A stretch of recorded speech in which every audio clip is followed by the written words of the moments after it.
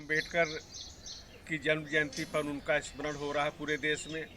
इन पे दो बातों का विचार करना आवश्यक है।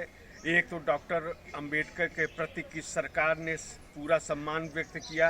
दूसरी बात यह है कि डॉक्टर अम्बेडकर ने जो वंचित लोगों की बात की, उनके वंचित लोगों के कल्याण के लिए किस सरकार ने कितना काम किया।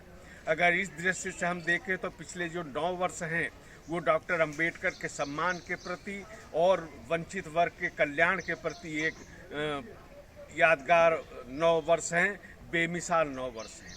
कारण ये है कि 5 जो तीर्थों का प्रतिष्ठा दी गई डॉक्टर अम्बेडकर के जीवन से जुड़े हुए जो थे, उन 5 तीर्थों को प्रतिष्ठा देने का काम वर्तमान सरकार ने किया। एक उदाहरण तो बहुत दिलचस्प है। अटल बिहारी वाजपेयी प्रधानमंत्री थे तो उन्होंने दिल्ली में डॉक्टर अम्बेडकर का जो आवास था उसको एक स्मारक के रूप में विकसित करने का निर्णय लिया था, शिलान्यास किया गया था। अटल जी की सरकार के बाद यूपीए को 10 साल सरकार चलाने का अवसर मिला और उसमें एक ईंट तक नहीं लगाई गई, और ये काम भी नरेंद्र मोदी की सरकार ने किया।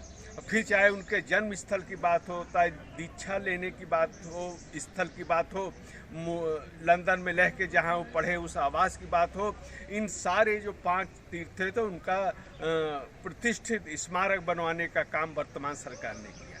जहाँ तक गरीबों के कल्याण की योजनाएं हैं, सैकड़ों योजनाएं ऐसी चल रही हैं जिनसे वंचितों का कल्याण हो रहा है और करोड़ों की संख्या में वो सब लाभान्वित हो रहे हैं। ये डॉक्टर अम्बेडकर के विचारों पर अमल है, उनके विचारों पर क्रियान्वयन करने का सरकार जो काम कर रही है, तो ये भी नरेंद्र मोदी की सरकार ऐसा काम कर रही है।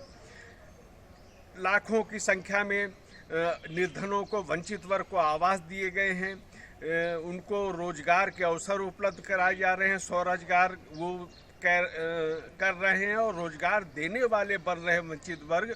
इसमें जो कौशल विकास योजना हो, चाहे मुद्रा बैंक की योजना हो, उनको ऋण देने की योजना हो, ऐसे तमाम कार्य जो चल रहे हैं उससे वंचित वर्ग का कल्याण हो रहा है, निर्धनों को आवास मिल रहे हैं।